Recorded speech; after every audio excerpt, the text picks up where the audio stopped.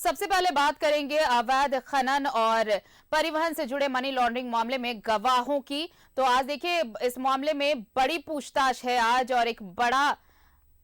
दिन, क्योंकि साहिबगंज के 1000 करोड़ रुपए के अवैध खनन और परिवहन से जुड़े मनी लॉन्ड्रिंग के केस में गवाहों को प्रभावित करने और उन पर दबाव बनाने के मामले में आज रांची के पूर्व ग्रामीण एसपी और साहिबगंज एसपी नौशाद आलम से ईडी रांची जोनल ऑफिस में पूछताछ करेगी। ईडी ने अवैध खनन से जुड़े केस में नौशाद आलम को नोटिस कर पूछताछ के लिए तलब किया है। उन्हें दिन के 11 बजे तक ईडी के रांची ऑफिस में उपस्थित होने को कहा गया है। ईडी की जांच में मुख्य गवाह विजय हांसदा को आर्थिक लाभ पहुंचाने, रांची में हाईकोर्ट में दायर पिटीशन को रद्द कराने के लिए आवेदन दिलवाने और उसके लिए रांची से दिल्ली की फ्लाइट टिकट बुक कराने से जुड़े कई साक्ष्य मिले हैं। ईडी अधिकारियों के मुताबिक विजय हांसदा को गवाही से मुकरवाने के लिए डीसी रामनिवास यादव उसे अपनी गाड़ी से लेकर रांची आए थे। 2011 बैच के आईपीएस नौशाद आलम की संपत्ति भी ईडी खंगाल रही है। रांची ग्रामीण एसपी समेत अन्य जगहों पर पोस्टिंग के दौरान उनकी आय और उस दौरान की संपत्ति की जानकारी जुटाई जा रही है। रांची समेत आसपास के इलाकों में ही दर्जनों जमीन पर कब्जे और बालू कारोबार में उगाही की शिकायतें ईडी को मिली हैं।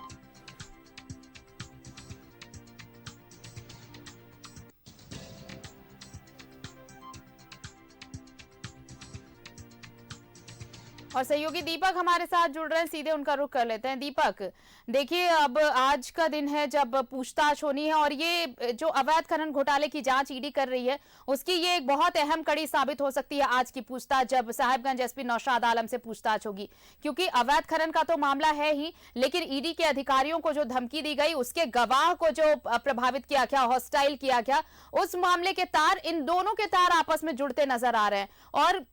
एसपी रहते एसपी की भूमिका अगर संदिग्ध हो रही है, प्रशासनिक और पुलिस पदाधिकारियों की भूमिका संदिग्ध नजर आ रही है, तो जाहिर तौर पर इस पूछताछ से कई बड़े नाम सामने आने के चांसेस हैं। दीपक,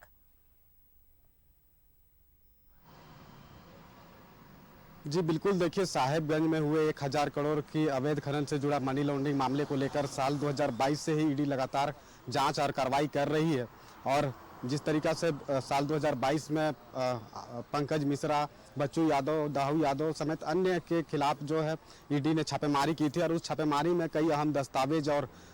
एक मोटी रकम भी ईडी ने बरामद किया था। और उसके बाद समन जारी कर लगातार ईडी दफ्तर बुलाया गया, पूछताछ हुई और पंकज मिश्रा, बच्चू यादव को समेत कई को गिरफ्तार करके सलाखों के पीछे भेजा गया। और दाऊ यादव अभी भी जो है ईडी की गिरफ्त से दूर है। सुप्रीम कोर्ट में जब उन्होंने अग्रिम जमानत याचिका दाखिल की थी तो उन्होंने सुप्रीम कोर्ट ने निचली अदालत में सरेंडर करने को कहा था, लेकिन एक लंबे समय बीत जाने के बाद भी अब तक सरेंडर नहीं किया। और यह मामला जो है अब ट्रायल शुरू हो गया है पीएमएलए की विशेष अदालत में। और ट्रायल शुरू होने के दरमियान जो गवाही है वो गवाही हुई है और गवाह के रूप में जो मुख्य गवाह जो है वो विजय हांसदा, जो इस मामले का शिकायतकर्ता भी है, जिनके शिकायत पर प्राथमिकी दर्ज हुई थी, वो हॉस्टाइल हो गया, यानी कि वो गवाह से मुकर गया। और उसके बाद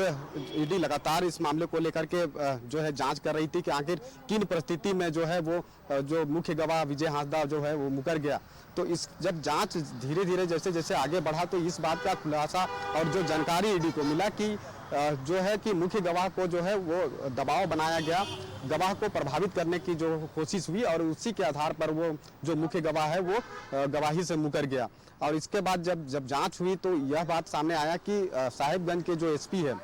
नौशाद आलम, उसकी इसमें कहीं ना कहीं भूमिका सामने आई और उसी भूमिका के तहत जो है वो ईडी ने जो है समन जारी किया और समन जारी कर आज ईडी दफ्तर बुलाया गया है। तो आज जब नौशाद आलम ईडी दफ्तर पहुंचेंगे तो उनसे पूछताछ होगी और ये तमाम बिंदुओं पे पूछताछ होगी, क्योंकि ईडी तो एक्चुअल में जो पूछताछ करना था वो साहिबगंज में हुए 1000 करोड़ की जो अवैध तरीका से जो खनन हुआ है, मनी लॉन्ड्रिंग हुई है, उस मामले को लेकर पूछताछ होना था। लेकिन जो जानकारी जो मिला है कि जब रांची में जो ग्रामीण एसपी थे तो उस दरमियान कई जगहों पे जो है वो जमीन पर अवैध कब्जा दिलाया गया उनके द्वारा और अवैध तरीका से बालू की तस्करी की गई। तो ऐसे 1.5 दर्जन ऐसे मामले हैं जिसकी शिकायत जो है ईडी को मिला है। तो उस बेसिस पर भी उन तमाम मामलों पर भी जो है ईडी नौशाद आलम से पूछताछ करेगी, तमाम चीज़ों पर वो जानकारी चाहेगी कि आखिर उनकी किस लिए और क्यों इस तरह का जो परिस्थिति पर वो जो है मुख्य गवाह को प्रभावित करने के लिए वो उनके द्वारा कोशिश की गई। तो ये तमाम बिंदुओं पर पूछताछ होगी, क्योंकि इसमें जो हमने बताया कि जो मुख्य गवाह और जो शिकायतकर्ता है विजय हांसदा, वो अगर ईडी के जो गवाह के रूप में वो मुख्य गवाह थे और वो उन्होंने अगर मुकर गया तो जाहिर सी बात है कि कोर्ट में यह केस जो है वो कमजोर पड़ेगा। और इसी साजिश के तहत जो है वो गवाह को प्रभावित किया गया, उसको पैसा का प्रलोभन दिया गया, दिल्ली आने जाने का जो टिकट जो कटाया गया था उसमें भी जो है वो नौशाद आलम की भूमिका रही है। तो ऐसे कई जो भूमिका है जो इस मामले को लेकर के नौशाद आलम की रही है और इसी को लेकर के लगातार ईडी की जांच हो रही है। आय से अधिक संपत्ति का भी जो है मामला सामने आया है। जो ईडी की जांच हुई है उसमें इस बात का भी जानकारी मिला है कि नौशाद आलम के द्वारा आय से अधिक संपत्ति अर्जित किया गया है और उनके द्वारा और उनके परिवार के द्वारा कहां कहां पे चल अचल संपत्ति अर्जित किया गया है। इन तमाम बिंदुओं पर जो है वो ईडी आज जब ईडी दफ्तर पहुंचेंगे नौशाद आलम तो उनसे पूछताछ होगी और बस हमको लगता है कि और कुछ ही पल के बाद, कुछ ही क्षण के बाद जो है नौशाद आलम ईडी दफ्तर पहुंचेंगे और फिर पूछताछ का जो काउंटडाउन है वो शुरू होगा। आरती, चलिए, तो अब पूछताछ का काउंटडाउन शुरू हो चुका है दीपक, बस इंतजार है उनके आने का और उसके बाद पूछताछ शुरू हो जाएगी और उसके बाद कई ऐसे सवाल जिनके जवाब तलाशने की कोशिश में है ईडी और बहुत संभव है कि इस पूछताछ में उन सवालों के जवाब ईडी को मिल पाए। नजर बनाए रखिए, हम और भी अपडेट्स लेंगे आपसे। फिलहाल धन्यवाद तमाम जानकारी के लिए। तो देखिए, साहिबगंज एसपी नौशाद आलम से पूछताछ होनी है और ये पूछताछ आपको बता दें कि 1000 करोड़ के अवैध खनन घोटाले को लेकर तो होगी ही, साथ ही साथ इस मामले में जो गवाह है उसे जिस तरह से प्रभावित किया गया, किसके कहने पर यह सब किया गया, कौन था इसके पीछे और क्यों इस तरह से किया गया, जिसके साक्ष्य मिले हैं ईडी को, अब इन तमाम सवालों के जवाब साहिबगंज एसपी नौशाद आलम को देने होंगे।